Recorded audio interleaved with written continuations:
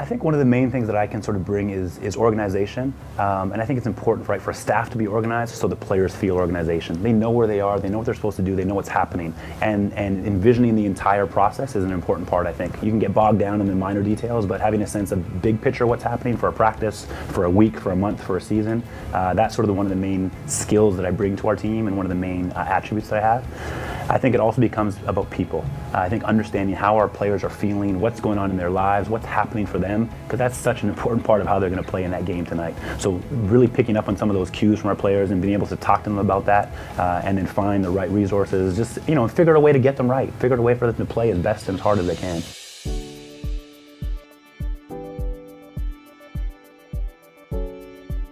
My name is Jama Mahlalela. I'm an assistant coach for the Toronto Raptors. I was born in Swaziland. It's a tiny, tiny country in southern Africa. Most people have never heard of it. I was born there, I lived there till I was 5 years old. A really unique story of a Canadian mother and a Swazi father, and living in both worlds. I moved when I was 5 years old to Toronto, and then grew up for the rest of my childhood there.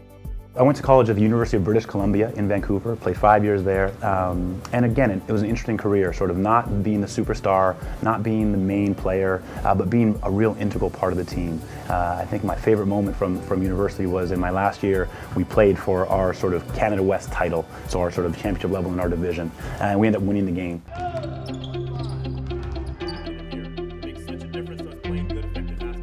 I mean, in my early years, it was the same dream as many of us, that I want to play in the NBA. That was sort of this vision that I had, and in my early years, it was Vince Carter was playing in Toronto, and that was sort of the beginning of basketball to really bloom in Canada and in Toronto, and watching him and seeing what he could do, and thinking, hey, wow, maybe I could do this at some point, or be part of it. As I started coaching, I started working his summer camps, so I became a person that actually was one of his clinicians and ran the defensive station for him every summer, and getting to know him and understand him as a person and watching actually what he does on a daily basis was this amazing growth opportunity for me. I knew at that point I wasn't going to have to play in the NBA, but I definitely wanted to continue this working with the sport that I love so much and so passionately. So I actually started volunteering for the Toronto Raptors. I literally started mixing Gatorade for their youth programs. It was my start with the team. So the connection I had with Sam Mitchell, sort of taking me in as his son basically, and putting his arm around me and bringing me into the team side, was a really important moment for me. That opened the door to me to the real NBA. So he started that, then Jay Triano was the head coach of the Raptors at that time. And then now currently it's definitely been Masai Ujiri who sort of brought me back into the fold, which I'm incredibly thankful for. And then Dwayne Casey. Every day for me is learning from him, understanding how he operates, the work he puts into what he does to make a team successful is tremendous. So the more I learn from him each and every day is awesome.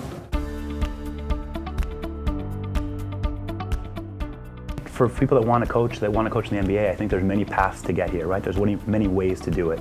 And I think for those that aren't former players or don't have sort of a real coaching pedigree behind them, it is about starting at the bottom and just finding your way in and just climbing one step at a time. And I think the best advice is that it's a long process. It's not immediate. It doesn't happen with the snap of the fingers. It's something that really takes time, and you got to invest in it. You got to spend hour after hour after hour working at it and perfecting your craft. You have to learn what works and what doesn't work, and the only way to do that is working with people. Coaching, get on the floor. Get one kid and teach them how to dribble. Get 5 kids and teach them how to run a play.